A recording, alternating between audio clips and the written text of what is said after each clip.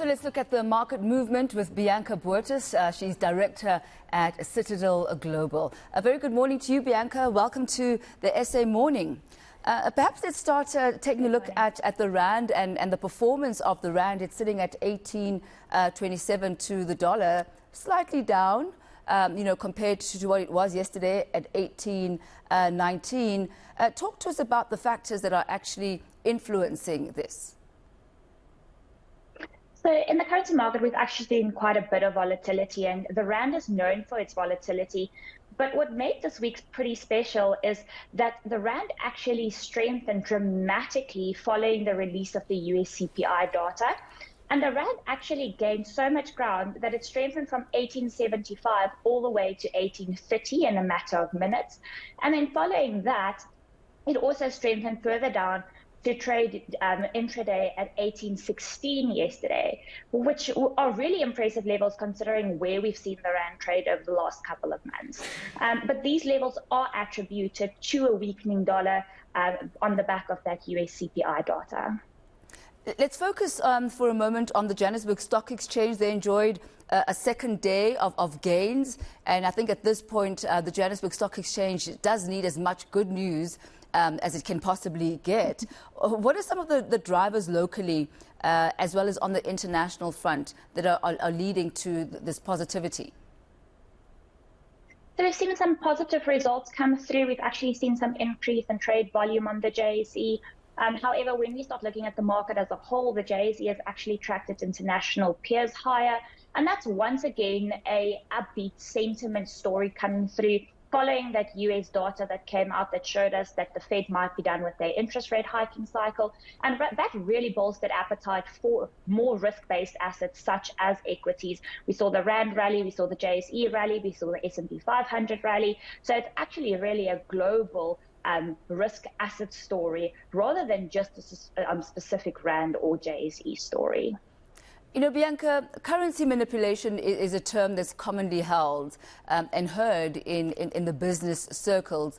Perhaps define that for us a bit as we get into the story of the latest, companies and banks to be fined as far as currency manipulation is concerned. What is it? I think currency manipulation has made quite a bit of headlines over the past few years. And basically what it means is that on screen, when traders are interacting with each other between various banks, they deploy different strategies to materially move a certain currency in their favor. This can be by selling or buying a large number of bonds. This can be by colluding with other banks. But it's basically action that is intentional and that materially affects the market of a specific currency. And how do the banks actually benefit from this? And could one say that it is misleading? Well, I think it's very important to understand the mechanics behind it. Sometimes there is an important factor to consider where banks are working with one another to achieve price convergence on certain transactions. But how a bank would ultimately profit from these things are when they have proprietary traders in-house, and let's say that they have a short position where they are short on the rand, so they would like the rand to weaken, and they go and they sell a large number of rand-denominated bonds to actually weaken the rand, and they take profit on that weakening of the rand. But it's very important to actually look at the mechanics behind it and exactly what transaction took place to determine whether it was actually intentional market manipulation or whether it was just a normal banking type transaction that sometimes does move the market.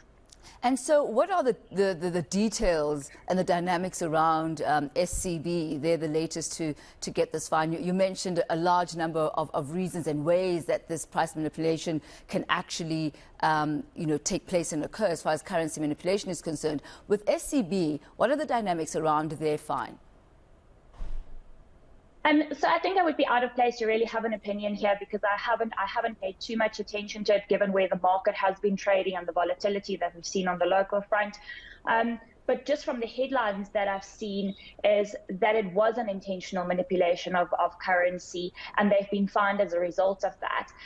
These types of fines typically follows a process of long investigations where the regulators really try to determine exactly what the context are. And normally what you'll see is there would be incriminating evidence such as messaging between traders that actually speaks to what they are trying to achieve. However, like I mentioned, I haven't really paid too much attention to the specific